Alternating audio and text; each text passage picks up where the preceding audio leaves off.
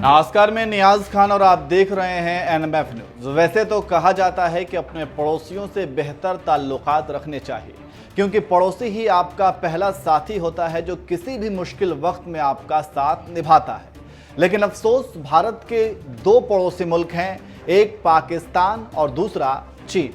एक कहावत है ना कि चोर चोर मौसेरे भाई, बस वैसा ही दोनों मुल्कों के साथ है। इन्हें दरअसल दूसरों के घरों में झांकने की आदत है, क्योंकि कुछ पड़ोसी ऐसे होते हैं जो आपकी तरक्की को देखकर अपना खून जलाते रहते हैं। बस इन दोनों पड़ोसी मुल्कों का भी वही हाल है, और ख़ासकर चीन को तो दूसरों के मसलों में अपनी नाक घसीटने की आदत है।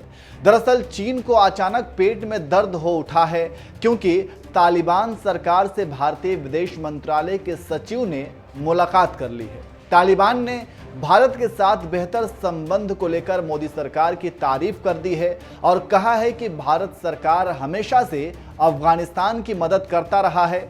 इसके लिए तालिबान प्रधानमंत्री मोदी को धन्यवाद भी दे चुका है और कहा है कि तालिबान का संबंध भारत के साथ हमेशा अच्छा रहेगा। बस तालिबान का इतना कहना था कि चीन को दौरा पड़ने लगा और चीन भी भागे भागे तालिबान के पास गया और अफगानिस्तान में परियोजनाओं को शुरू करने और सहयोग को बढ़ाने के लिए हामी भर दी। खैर, तालिबानी प्रवक्ता की ओर से जारी बयान में कहा गया कि चीनी राजदूत के साथ बैठक अफगानिस्तान चीन के बीच ऐतिहासिक संबंधों, द्विपक्षीय सहयोग और अफगानिस्तान में पूरे नहीं हुए प्रोजेक्ट को फिर से शुरू होने पर केंद्रित थी। तालिबानी मंत्री ने चीन से अफगानिस्तान के नूरिस्तानी प्रांत में लगी आग पर काबू पाने में मदद के लिए अनुरोध भी किया। चीन ने कहा कि वह तत्काल अपनी सरकार से इसका अनुरोध करेगा।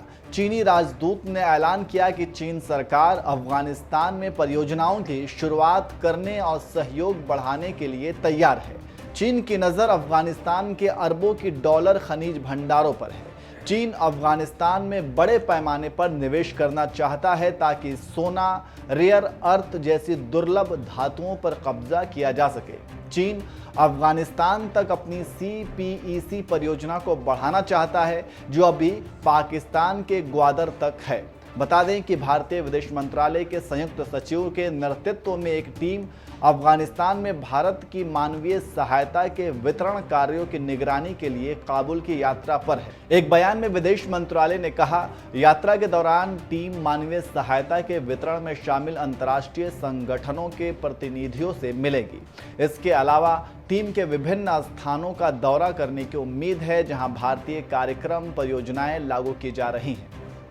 इसके अलावा बयान में कहा गया है कि युद्धग्रस्त लोगों के लिए भारत की मानवीय सहायता के तहत हम पहले ही मानवीय सहायता के लिए कई शिपमेंट भेज चुके हैं, जिसमें 20,000 मीट्रिक टन गेहूं, 13,000 टन दवाएं, कोविड वैक्सीन की 5 लाख खुराक और सर्दियों के कपड़े शामिल हैं। ये खेप भारत गांधी चिल्ड्रन हॉस्पिटल, काबुल और WHO और WFP सहित संयुक्त राष्ट्र की विशेष एजेंसियों को सौंप दी गई थी।